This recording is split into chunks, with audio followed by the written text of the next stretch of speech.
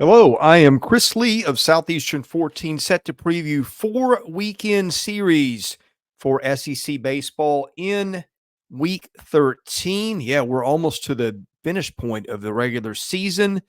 We have already previewed 3 other series in other videos that you can check out on our channel. Today, I will be starting with the Thursday night series, Georgia's trip to South Carolina, followed by Texas A&M's visit to Ole Miss, Auburn's trip to Missouri, and Alabama's hosting of LSU. A reminder that our content brought to you by our friends at BetOnline, your number one source for all your summer sports this season, from MLB, golf, the NBA, and NHL playoffs, all the latest stats, news, and scores available to follow your favorite teams. Get the latest odds and lines, including the latest team matchups, player props, and odds on just about every sport out there. Head to the website today or use your mobile device to get in on all the action. Bet online, where the game starts. We will start in Columbia, South Carolina, the Thursday night series between a red-hot Georgia team and a South Carolina team that's playing pretty well, too. Both teams are trying to either get or cement their status in the NCAA tournament hosting picture. Georgia, with that number 5 RPI now, has a shot maybe to be a national seed, something that has not been on most people's radar, but I said look out for that one because I can see a path for the Bulldogs, and that feels like where we are at the moment. I always start with the visiting team, and I go offense and then pitching, so let's do that with Georgia. This lineup, my goodness, Vanderbilt found out last weekend what this lineup can do in Athens. And to be fair, there is a pronounced difference between what Georgia does at home and Georgia does on the road. Some of that might be Foley Field, which is 314 to right, and the ball seems to get out to left too pretty well, even though I think it's 350 there. Let's also consider this. Georgia's road series have been Kentucky, Tennessee, Mississippi State, Texas A&M. Georgia's 5-9 on the road. I think a lot of teams would be 5-9 on the road under those circumstances. But anyway, back to the hitting. Charlie Condon is probably the best hitter in the country. Some people would probably remove that qualifier. In fact, I probably would be one of them. I'm looking at some Bill James stuff that I do in terms of runs created, which condenses everybody's offensive contribution to a number of runs that you create for your team. That includes home runs, stolen bases, sack flies, everything that you could put in there. It's an estimate, and I prorate that to what a team has done. Condon has created nearly 92 runs for Georgia and generates about 23.3 per 27 outs. And boy, he is hardly the only guy that has produced. Corey Collins, maybe the most underrated player in the SEC, is creating nearly 20 runs per 27 outs, got an on-base percentage of nearly 600, which I believe still leads the country, gets hit by a ton of pitches, has hit 14 home runs. Condon, of course, has got 33. The Bulldogs also have double-digit home runs from Slade Alford, who's got 13, Colby Branch, who's got 15, Dylan Goldstein, who's got 12, and we're not even done. Trey Phelps, who's been hurt, has moved into the DH role. He's creating about 13 runs per 27 outs. This lineup is just stacked. Paul Tates has moved into that second base job. He is creating about 9.5 runs per 27 outs. Georgia, far more than Charlie Condon, just dudes who can hit top to bottom. And by the way, they've even got some lefties off the bench if they need them, in Henry Hunter, Trey King, Dylan Carter, just a stacked lineup. Now, the question for Georgia has been the pitching. And Leighton Finley was tremendous against Vanderbilt last week, looked like a different guy.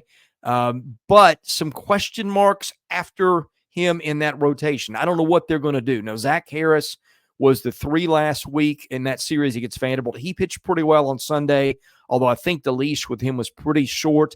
I would presume they will slot him in the rotation this weekend. I'm not entirely sure because what happened for them is Charlie Goldstein, their lefty, who had just come back and had been maybe the steadiest, most dependable pitcher on staff based on history. He got hurt against Vanderbilt, and so he won't pitch this week, and I'm pretty sure. Jarvis Evans, a guy that you could see slot in that number 3 spot. He's been really good. The rotation is probably still below average by SEC standards, but Finley, if he's the guy he was last week, look out because he was really good in that game, and I don't know if he's turned over a new leaf or something's happened or that was a fluke, but look out for him. Also look out for Colton Smith. He is probably the best pitcher on this staff. He's got a 37% strikeout rate, a 7% free pass rate. He's got a 5.06 ERA. I would disregard that. I think that's out of line with the pitcher he is. He's allowing 1.19 runners per inning pitch, which is really, really good in this environment of college baseball.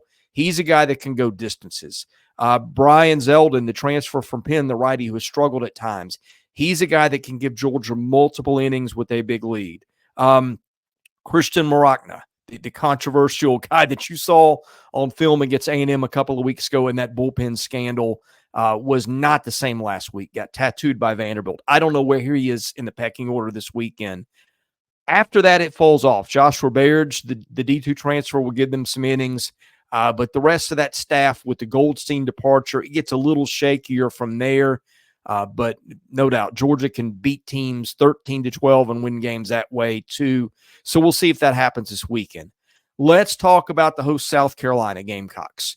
This team took 2 of 3 against Missouri last weekend, 2 of 3 against Kentucky the weekend before, and then lost 2 of 3 against Arkansas in Columbia in what was a very competitive series. And then before that, took 2 of 3 at Florida. So this is a team that has won 3 of its last 4 weekend series. The one loss was to what was the number 1 team at the time in Arkansas in what was a closely contested series. By the way, this team has also won 4 midweeks in a row after dominating Winthrop this week. The lineup, Cole Messina, Ethan Petrie, guys that you're probably going to see on the All-SEC team or pretty close to it, maybe second-team guys. But you know Petrie. He was a superstar last year. Numbers have been a little bit off that this year, but he's still got 19 home runs, walks 21% of the time. He's got to be pitched to. They have tinkered in their lineup and found some guys who have been answers for them lately. Kennedy Jones and Blake Jackson, in particular in the corner outfield spots. Transfers from Greensboro and Charlotte, respectively, have been pretty good lately. Gavin Cassis has moved to third, where he seems to have hit better. So they've got some guys on the bench, too. Tyler Causey, Lee Ellis hadn't played as much lately. Will Tippett, a guy that can help them out in a pinch, although his year's not been very good, and he's kind of been benched for that. And Dylan Brewer is out this weekend, it would appear. I'm not certain about that, but he's a guy that was regular. But as Mark Kingston has shifted the lineup around, he has found some production, and this is going to be a challenging lineup for Georgia to pitch to. All right, the pitching, kind of hard to figure week in, week out. Roman Kimball is more of an opener in that Friday night role than he is a starter. Numbers haven't been great there. The ERA is 4.61, but frankly, I think he's a worse pitcher than the ERA if you look at the number of base runners he's given up. Eli Jones, the number 2, is a guy that can give you 5 or 6 innings and win you a game in game 2 situations. So he's probably the best of the rotation guys. Dylan Eskew, a really nice third starter if that's where they go. And then the bullpen, we've talked about this before. Tyler Pitzer, Chris Veach, Ty Good, Matt Becker, all guys who can give them quality innings, although Becker's been down this year, but guys that can throw multiple innings in spots and have helped the Gamecocks win some games this year. Connor McCrary, another guy, a righty, who's pitched well for them at times, though not as many innings. It's not the best of rotations, but there's a lot of parts there. And when runs are being scored like crazy, if you can just go out sometimes and give your team a couple of innings and give up a couple of runs, that's good enough to win ball games certain nights in this league, and that's what the Gamecocks have going for them. Prediction. Man, I have gone back and forth on this one several times with very low confidence. I'm going to go South Carolina because that game is at Columbia. I think these are 2 very good teams. If you put these teams in a neutral ballpark and played a 3-game series, I'd probably take Georgia. That's not the case. Again, think these are both very good teams. My tiebreaker will be home field advantage. I will lean Gamecocks on the series win with that one, although I think a sweep would feel like a lot to pull off. Okay, the next series I've got is A&M visiting Ole Miss. The Aggies, this has not been a very popular pick. I continue to think this is the best team in the country. just a little bit of everything. Well, to be more correct, a lot of everything. And yeah, I know A&M lost a series at LSU last week. I know it's on the road again. I gave the warning last week. I thought LSU was being slept on with its number 1 and number 2 starters. I thought it had a chance to neutralize A&M. I didn't know that was actually going to happen, but this was not a scenario where I look at A&M and go, hey, you lost to LSU.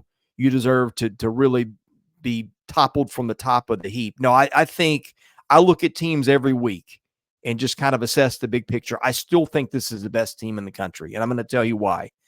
That lineup, my goodness, I don't know that 1 to 9 that there is a tougher lineup to pitch to in this league. Right now, their lineup is constructed. The worst hitter in that is Ame Camarillo, who's creating about 8.5 runs per 27 outs. He's got 6 homers. He's got 7 steals. He's got a .417 on-base percentage. That's the worst hitter in their lineup statistically. Now, I think that when you have a lineup that's top-heavy with stars, you can pitch around those guys at times. I remember LSU a couple of years ago where they were very top-heavy with Morgan and Cruz at the top, but you got to that 8 and 9 spots in the lineup where they were almost automatic outs. You do not get that with A&M. I think A&M is probably better than any team in the league in that regard. And then, boy, there's the top half. Jace Lavalette, Braden Montgomery, 26 and 24 home runs each. Graham Grohovac, their third baseman, the freshman, has got 18 homers. All those guys are slugging over 500. In fact, all those guys are slugging over 650. Montgomery and Lavalette both over 800. On-base percentages north of 450. The catcher, Jackson Appel, maybe the best hitting catcher in the league. Ted Burton, first baseman from Michigan, really went on a heater a couple of weekends ago. It's cooled off a little bit, but still one of the better first basemen in the conference. Travis Chestnut at second, not been there long, but been super productive. On-base percentage approaching 500. Caden Sorrell, left fielder, very athletic kid. On-base percentage of 422. Look, there was just nothing in this lineup that's easy to pitch to. Even if you go down to their top 5 or 6 subs, all these guys walk at double-digit walk rates. That has been a hallmark of the Jim Schlossnagle tenure. These guys take pitches, watch pitches, pick out a pitch that can be hit, and then they hammer it, and that's why they are just almost impossible to pitch to. All right, the pitching staff, not up to par with the hitting, but certainly not bad either. I think a top 5 staff in the league.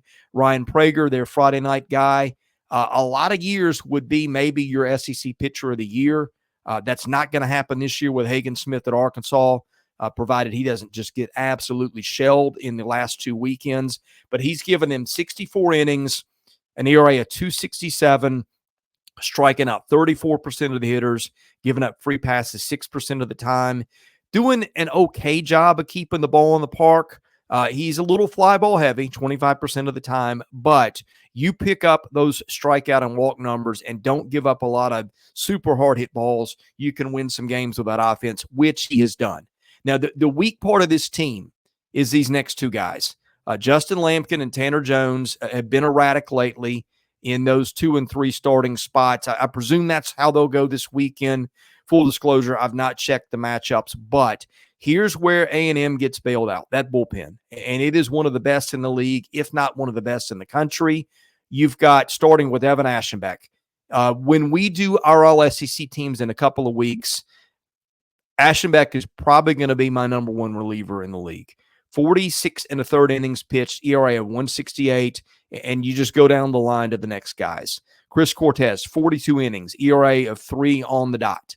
Shane Sadeo, 33 innings, ERA of 2.45. Brad Rudis, 26 and 2/3 innings, ERA of 1.26.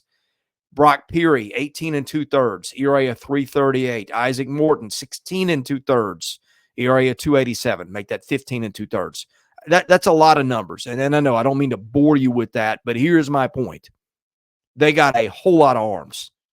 Josh Stewart, another one, 18 and 1/3 innings, 2.95 ERA. Your starting pitching can be horrible. What that allows Jim Schlossnagle to do after Ryan Prager, who's been pretty consistent, is to yank those guys pretty early because he's got a lot of them. Now, every team gets a limit. A couple of those guys have off nights out of the bullpen. Maybe you're in a little bit of trouble then, but this is why A&M wins. It is because it's got so many arms out of the bullpen. I said one of the best bullpens in the league. Now that I've run through the list, I think they do have the best bullpen in the league. And then we get to Ole Miss. And look, let's be fair. Ole Miss has played the number 2 strength of schedule in the country, according to the RPI. According to Kenneth Massey, it's also played the number 2 strength of schedule in the country. You look at all the teams the Rebels have played, excepting Auburn last weekend, where Ole Miss won 2 of 3. Those first 7 series, all against teams that would be in the NCAA tournament if the field were picked today. Rebels got a little momentum last weekend, winning 2 of 3 at Auburn, but dropped that last one in heartbreaking fashion, then lost, I think, a 15-inning game to Murray State, which is exactly what you do not want to do on a Wednesday before you play A&M, because we've been through that hitting. As for Ole Miss's hitting, you have seen some shuffling here. You've got some injuries. Ethan Lejay is out. He is one of their better hitters. They have shuffled the lineup. I think they will go Birch at catcher, Furness first, Hill at second, Judd Utermark at third, Randall Ross Groff in the outfield, and probably Andrew Fisher at DH. Excuse me, Trayson Hughes in there too. They have shuffled some guys around. They've got some balance with lefties and righties. It's pretty even. Fisher, Ross, Furness lately been guys that have been tough to pitch to. Problem is the bottom part of that order. Birch, Hughes, guys like that just have not hit much for them. And with Ole Miss's pitching, you're going to need to score a lot of runs if you're Mike Bianco. And here's the problem. Pitching's not been good. Not really an ace on the staff. Mason Nichols, their 3, more of an opener. He's the best guy they've got. Riley Maddox, their starters, got an ERA of almost 6. Liam Doyle behind him, same thing. Although I think he's pitched better than the ERA. The bullpen, just nobody has given Ole Miss anything of consistency. This is a series where it has been tough to beat people on the road, but on paper, this looks like a mismatch on both sides. I think A&M will come in and win the series and maybe sweep. Ole Miss really needs a series win to stay in the conversation for the NCAA tournament. Its RPI has got the Rebels there. I think they are 25 as of Thursday morning. I'm just not sure they're good enough to pull it off and get in the tournament, and playing A&M is not a way you want to try to get there.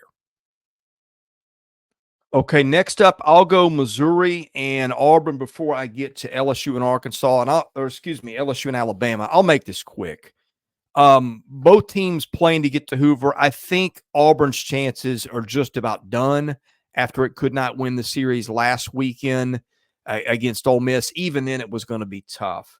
The visiting Auburn Tigers. I think the 2 things at the top of the order I like, or in the top half of the order, and this has kind of been a constant for them all year. You've got a couple of really good hitters in Ike Irish and Cooper McMurray at catcher and first. You got some other playable options for sure. Mason Manners in left when he's healthy. Cade Ballou, the freshman who's come on lately and burst in the lineup and hit really well. But injuries kind of taking their toll. We hadn't seen much of Bobby Pierce. Javon Hernandez just hadn't hit, got knocked out of the lineup. It's a decent lineup. Is it a top half of the league lineup? Probably not. And this team has really struggled to pitch. Just nobody, kind of like Ole Miss, nobody that you can look at and just circle is a lock-it-down guy. Probably the closest thing they got is John Armstrong, the side-arming lefty out of the pen who can give you 3 to 4 stellar innings at a time on the right weekend. But their rotation, this just kind of tells you the story. I guess they'll go Watts, Bauman, and Myers. Innings pitched for those guys, 29 and a third, 31 and a third, 43 and a third. Just not guys who can go deep into games. The lowest ERA of the bunch, Bauman at 4.88. You look to the bullpen. Everybody's ERA in there is north of 5 except for Armstrong and Parker Carlson, who's pitched well lately. I just don't think Auburn's got enough in the bottom half of the order and really nowhere in the pitching. And not to mention just a brutal schedule. Auburn has played, I think, the number 3 strength of schedule in the country, according to RPI, and number 1, according to Kenneth Massey. All right, that brings us to Missouri. We've talked about how Missouri has played well of late. What you've got here with the Tigers is a lineup where you've seen some shuffling. Trevor Austin, the third baseman, their best hitter. But other than that, just not a whole lot of beef there. Jackson Lovich in right field been good. Everybody else in that lineup probably an average to below average hitter, although Brock Daniels has given them some things of late. And then you get to the pitching.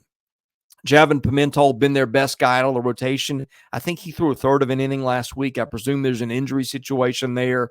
Logan Lunsford, their one, got hammered last weekend.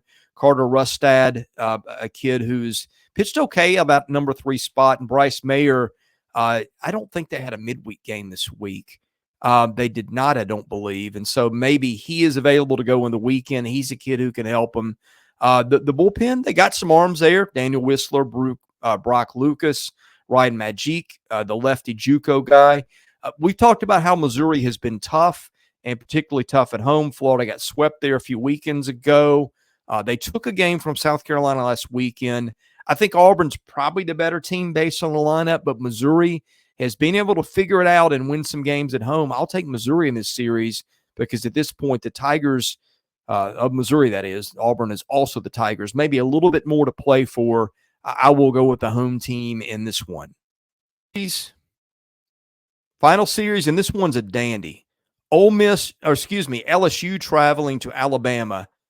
Look out for the Tigers. I have said I think this team is better than the record, better than it is getting credit for being. You found that out last week when they took 2 of 3 from a red-hot Texas A&M team that nobody could slow down. I'll get to the reason why in just a minute, the main reason why. But this is also a reason the lineup has played better, and you have seen some shuffles lately. Jay Johnson has gone youth in the outfield. He has moved Jake Brown and Ashton Larson into that starting outfield. At least he did last weekend. Larson has really been hitting well lately. 438 on base percentage, can run a little bit, take some walks. Jake Brown was a prize recruit for them. He's producing at probably a below average level, but I think they think there's some more in there. The rest of their lineup has just been okay. But Tommy White, who's a superstar, he's not hit like one, but we know what he is. He's got 19 bombs.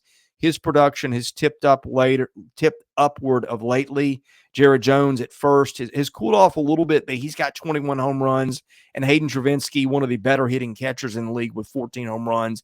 This is not LSU's lineup last year, but with some of the tweaks that Johnson's made, this team, I think, may be starting to hit the ball better. And this is where I'm excited about this team. I said last week, I thought that Gage Jump and Luke Holman gave LSU a fighting chance against A&M. That is exactly why they won the series. Jump and Holman were pitching like aces. And when they are at the top of their game, I don't know that there's more than a couple teams in this league that have got a better 1-2 punch at the top of that rotation than Jump and Holman. The best part about those guys, they can go deep into starts. And that is an underrated commodity. Sometimes it's not just the ERA, but can you go 7 innings and give up 1 run, 2 runs? If you can do that in the SEC, that is the rarest of commodities. LSU's got 2 guys who can do that. The bullpen has been better. Griffin Herring has been really good. Nate Atkinson gotten better. He was a big piece of what they did last year. Gavin Guidry's good. Justin Lower has been a disappointment, but can give them things with those arm angles and things like that, being a lefty. Sam Dutton's been really good. Christian Little out of nowhere has started to pitch better. Helmers is good. Fidel Aloa, the JUCO kid, has given him good innings of late. Aiden Moffitt's pitched better of late. A lot of guys here. I probably named 10 guys. Not a lot of teams have 10 guys that you can go to on the weekend out of the bullpen. I don't know if they got 10, but if you include the rotation, that's 10 guys. And most of those teams probably don't have a Jump and a Holman at the top. So keep that in mind. Alabama, the lineup has been pretty good. This team hits a lot of home runs. You're seeing Gage Miller and Justin LeBron, their third baseman and shortstop. That's one of the better left side of the infield combinations in this league offensively. You see some transfers. Ian Petritz, his production has picked up lately out of Maryland. TJ McCants has given them a solid year. 13 homers, 13 steals. Will Hodo has hit pretty well at first lately. He's got 11 home runs. This is a lineup where everybody in it can hit you a bomb, and that, of course, is the way that you need to play to win in the SEC these days. Now, here's the problem for Alabama. The pitching, I say it's a problem. It's not been a problem all year. Greg Ferrone has been one of the better Friday night guys. He got hit last week. Zane Adams, the freshman lefty, has really had a nice year for a freshman. He's been very up and down, but he can give you 7 or 8 innings of maybe shutout ball at times. We've actually seen that from him. Ben Hess was probably supposed to be the most talented guy of the group. He's not pitched well, but Ben Hess is a talented kid. He could jump up and give you a really good start out of that 3-hole. The bullpen is where it starts to get a little bit difficult. Braylon Myers, who's got an ERA of 2.83 and 28 2/3, has been good. But other than that, mostly disappointments. Alton Davis, the lefty, not been quite what they'd hoped. 4.94 ERA, but the peripherals indicate he's probably had a worse year than that. Tyler Fay, I think, got hit last weekend. Colson Buchanan got hit. I think Brandon Heiberger's been hit lately. Just a lot of guys out of that pen that I thought would pitch better than they have. Anyway, that's where Alabama's faltered lately. Now, look, schedule's got a lot to do with some of the numbers. They played Tennessee, they played Georgia, Kentucky, South Carolina, A&M, Mississippi State. So they have played the top echelon offensive teams in this league, and maybe, well, probably not maybe. That's probably had something to do with them giving up 169 runs in league play. But I compare the two pitching situations, and I think that's where I separate here. When I'm in doubt, I either lean to the home ballpark or I lean pitching. Well, Alabama's at home. LSU's got the pitching edge. Where am I going to go? I think I'm going to go LSU in this one. I just think that LSU's pitching has been so good. Those have been some kids that have delivered for the Tigers in the past. I trust them to do that on the road. That may be a bad pick. Hard to win in somebody else's park, but sometimes you've got to jump out on a limb and take a chance. I will go LSU to win this series in one that both clubs, frankly, need if they are going to get into an NCAA tournament. LSU probably needs it more than Alabama with that conference record of, 9-15 at this point. All right, we'll recap these when the weekend is done. We'll do power rankings next Wednesday. We'll have all kinds of baseball coverage the rest of the year. I'm Chris Lee. We are Southeastern 14, presented by BetOnline.